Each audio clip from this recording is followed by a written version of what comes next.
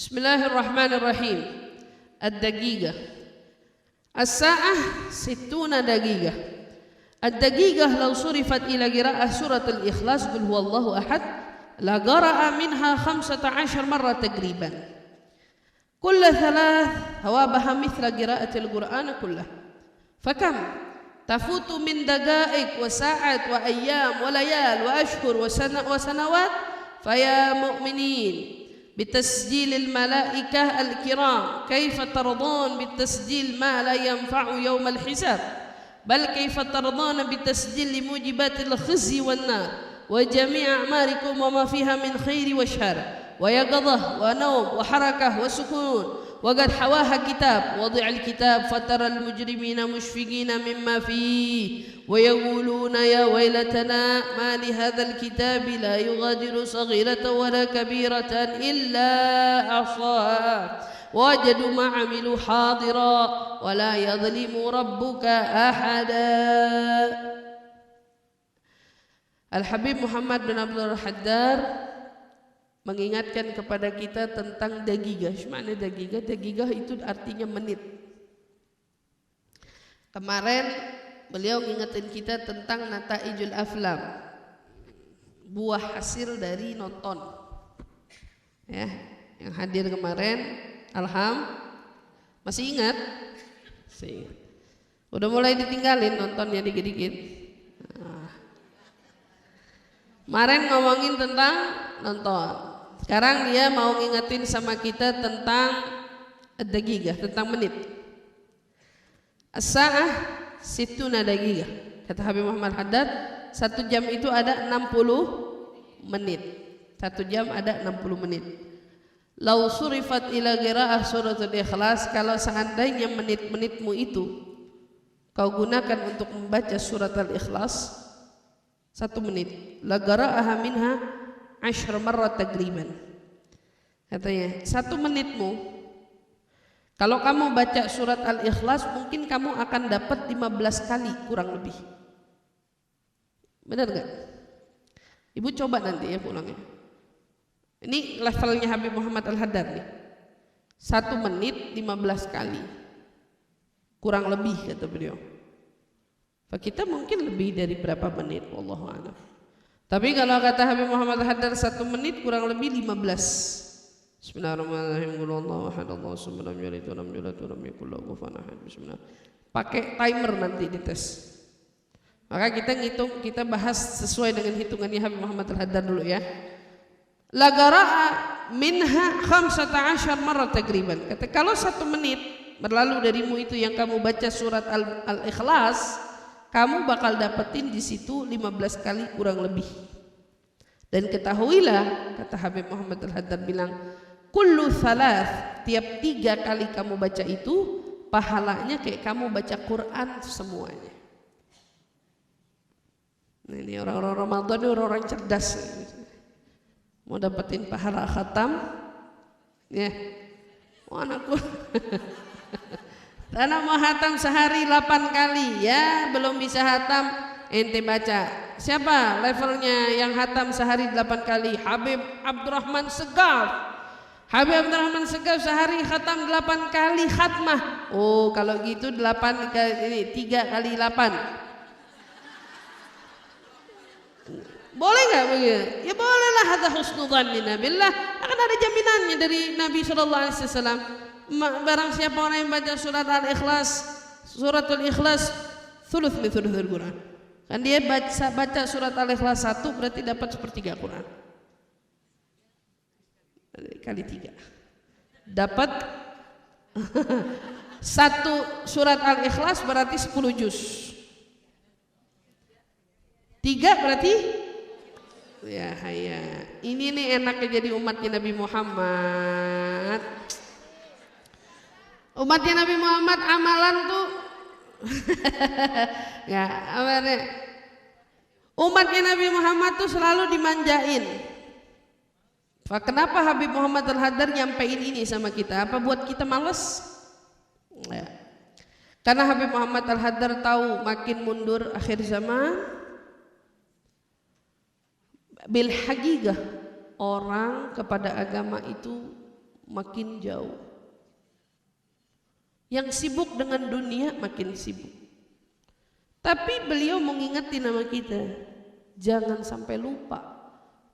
Dengan berbagai macam sibukmu, kau masih bisa dapat pahala. Ini bukan untuk kita malas, tapi ini untuk kita ingat betapa rahmatnya Allah sama kita. Sehingga Allah mau, walaupun kamu sibuk dengan kesibukanmu, kamu masih bisa ngantongin berbagai macam pahala yang begitu besar. Lihat, Nabi lagi ceritain Nabi Syam'un yang kisahnya nggak pernah bisa dibunuh, ya, kisahnya yang ibadah sampai terus-terusan perang di jalan Allah sampai 1000 bulan. Begitu sahabat dengerin pada iri, enak banget jadi dia Rasul, bisa begitu jihad nggak mutus-mutus. Kalau kita jihad cuma sebulan, kata dia, jihad cuma sekian, pengen dong dapat pahala kayak dia. Turun, inna anzalnahu fi lailatul qadr wa ma adraka ma lailatul qadr, lailatul qadri khairum min alfi. Umat, makanya kalau dibilang hadza ummati ummatun marhum, ummatun marhum, umatnya Rasulullah umat yang dimanja. Baru kepengen turun ayat satu malam Lailatul Qadar, bagi yang dapat, dia dapat pahala khairu min alfi syahr, lebih dari 1000 bulan dia ibadah. Wah, kesempatannya bukan setahun, bukan seumur hidup sekali, tapi dikasih sama Allah setahun sekali. Makanya banyak dari umatnya Nabi Muhammad nanti yang datang di akhirat, dia punya amal ibadah numpuk. Dia bilang, ya Rab, min aina hadza? Kata, amal ini dari mana? Ada pahala haji, ada pahala umroh, ada pahala. Ma amiltu dzalik, saya enggak pernah ngamalin ini. Datang malaikat dikasih tasjil, ente dulu pernah niat, ente dulu pernah ngamalin satu ibadah yang pahalanya haji umroh, ente dulu pernah begini, ente dulu, ya Allah.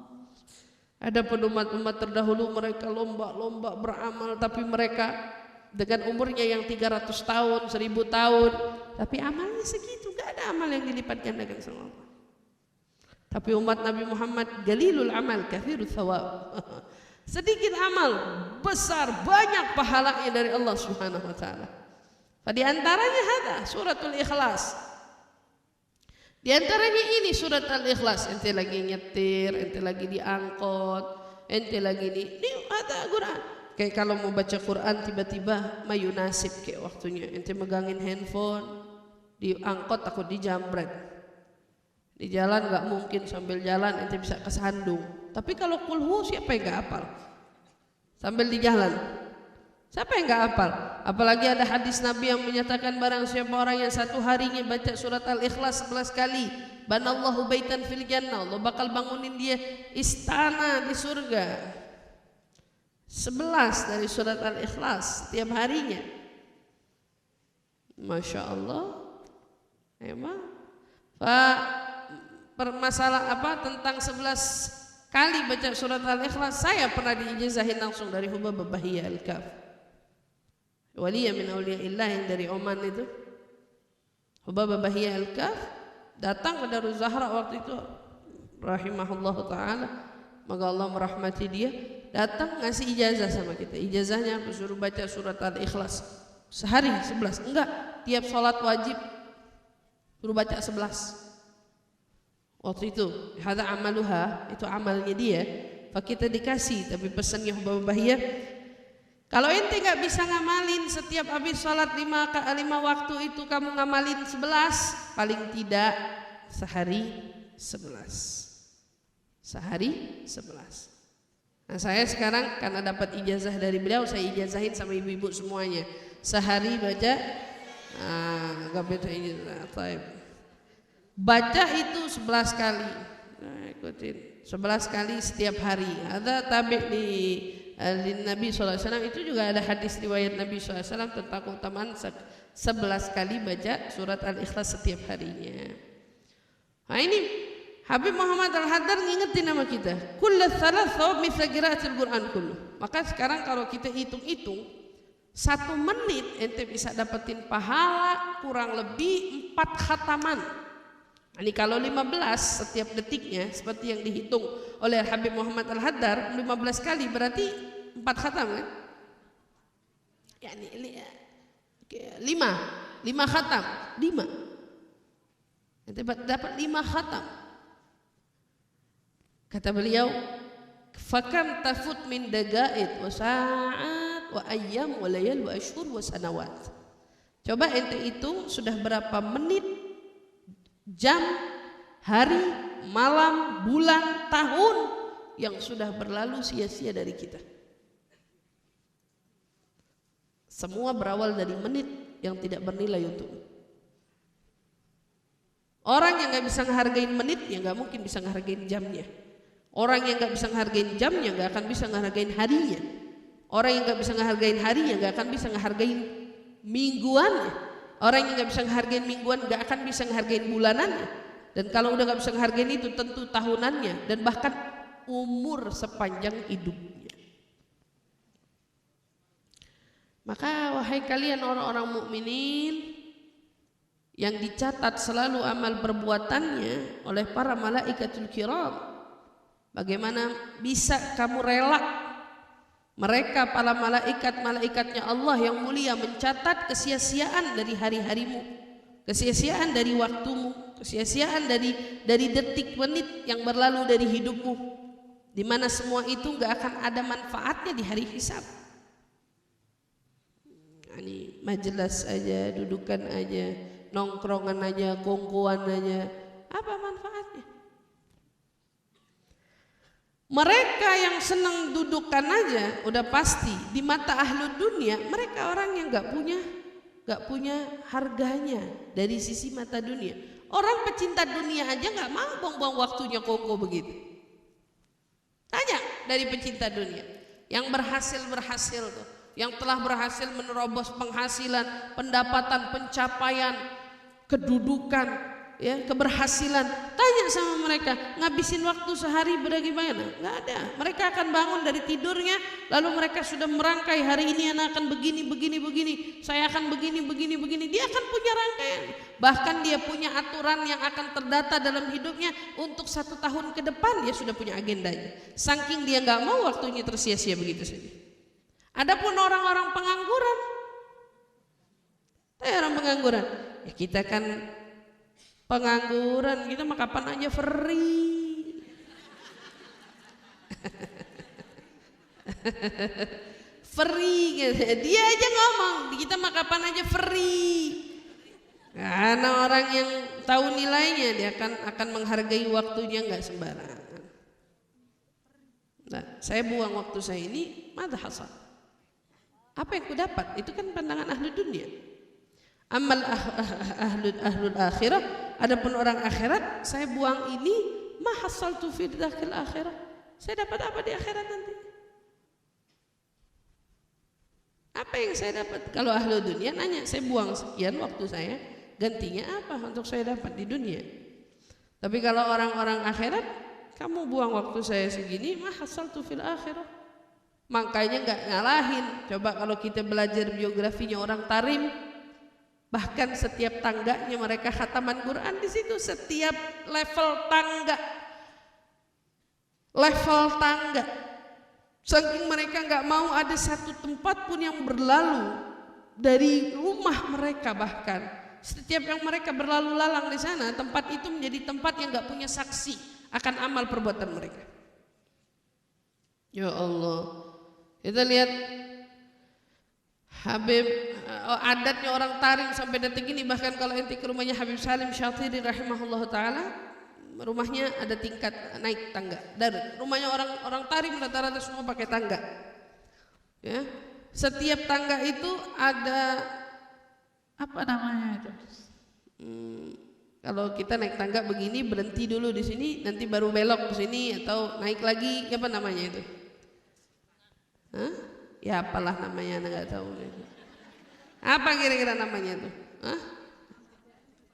Tetap berhentian biar ngaso dulu dikit ya. Nah, kalau kita ngaso koridor keren banget koridor. Ya buat ngaso dikit lah apa namanya nggak tahu boy jadi nggak nanjak mulu gitu ada berhenti. Tempat jeda tikungan.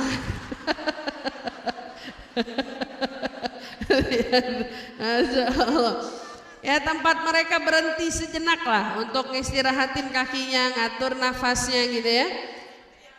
Ya transit deh.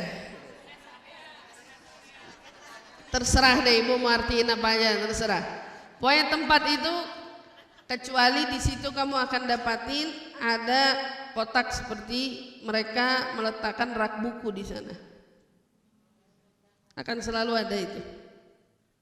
Awal orang akan bingung atau mungkin kayak pajangan dong. Padahal ada lu makna. Itu di situ ada maknanya. Kenapa di situ ada kayak seperti kotak, seperti rak? Yang paham cuma orang yang ngerti. Yang apa tuh di situ mau naruh apa? Mau naruh kitab.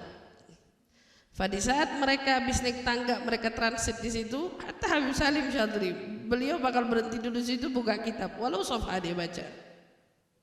Habis selesai ditutup, dia naik lagi tangga. Hatta naik tangga, nggak mau waktunya kebuang. Gimana dengan kita? Naik tangga sampai kesandung, gara-gara megang HP. Hah? Naik tangga kesandung, sampai nggak kepengenan kelewatan apa yang kamu lagi lihat di HP. Lihat.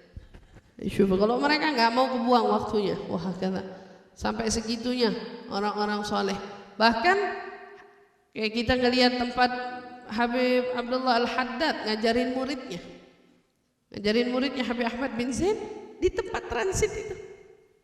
Kalau yang ikut sama saya masih ingat, ya di tempat transit itu tangga sampai kayak nggak ada ruangan, padahal di atas ruangan dia.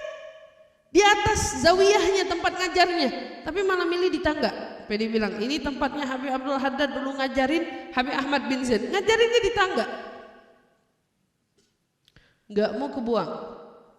Wal Habib Abdullah bin Husain bin Tahir dengan kakaknya Habib Tahir, waktu belajar Habib Husain bin Abdullah, Habib Tahir bin Abdullah saling baca buku, saling baca kitab.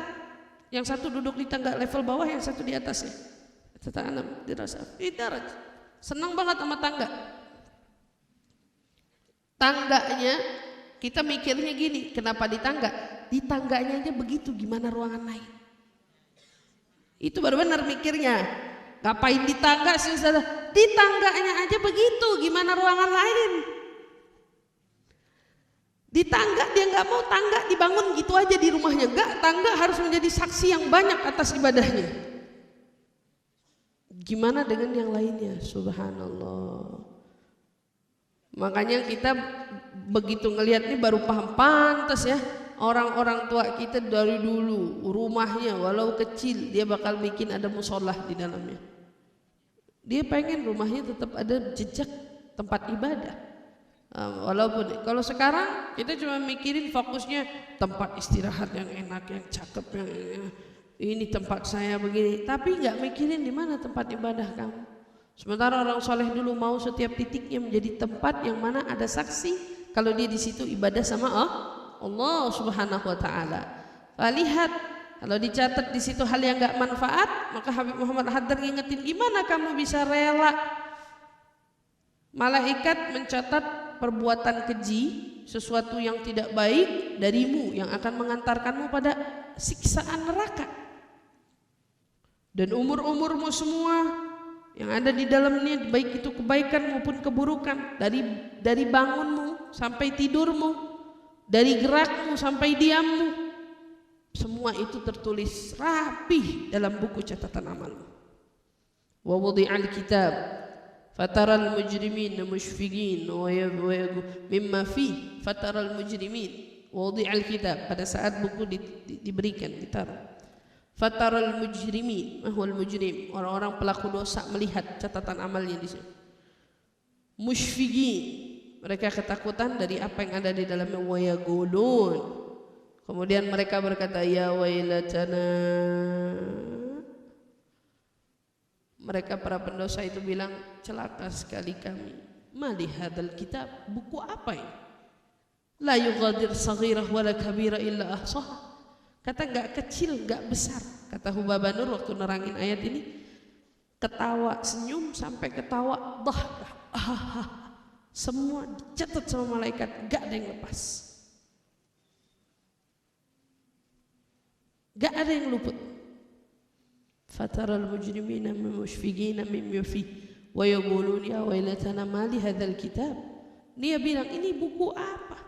La yughadir saghirah wala kabira illa ahsaha. Wa wajadu ma amilu hadira. Mereka akan dapatin apa yang mereka lakukan, apa yang mereka buat hadir di depan mata mereka. Wala yadhlimu rabbuka ahada. Dan Tuhanmu tidak akan berbuat zalim kepada salah seorang di antaramu. Artinya apa yang akan kamu dapati di situ yaitu perbuatanmu. Malaikat gak mungkin salah. Malaikat gak mungkin salah. Nah, maka kita jaga umur kita, ya, waktu kita agar semuanya bermanfaat, berguna. Sibukkan hari-hari kita dengan perbuatan baik, kegiatan yang baik. Isi waktu-waktu kita dengan amal soleh, ya, zikir yang baik, zikir Quran wabil khususnya, di antaranya suratul Ikhlas yang kita dapatkan hari ini. Insyaallah mudah-mudahan bisa menjadi amalan kita yang bisa kita baca dan bisa kita amalkan dalam keseharian kita insyaallah. Amin ya rabbal alamin.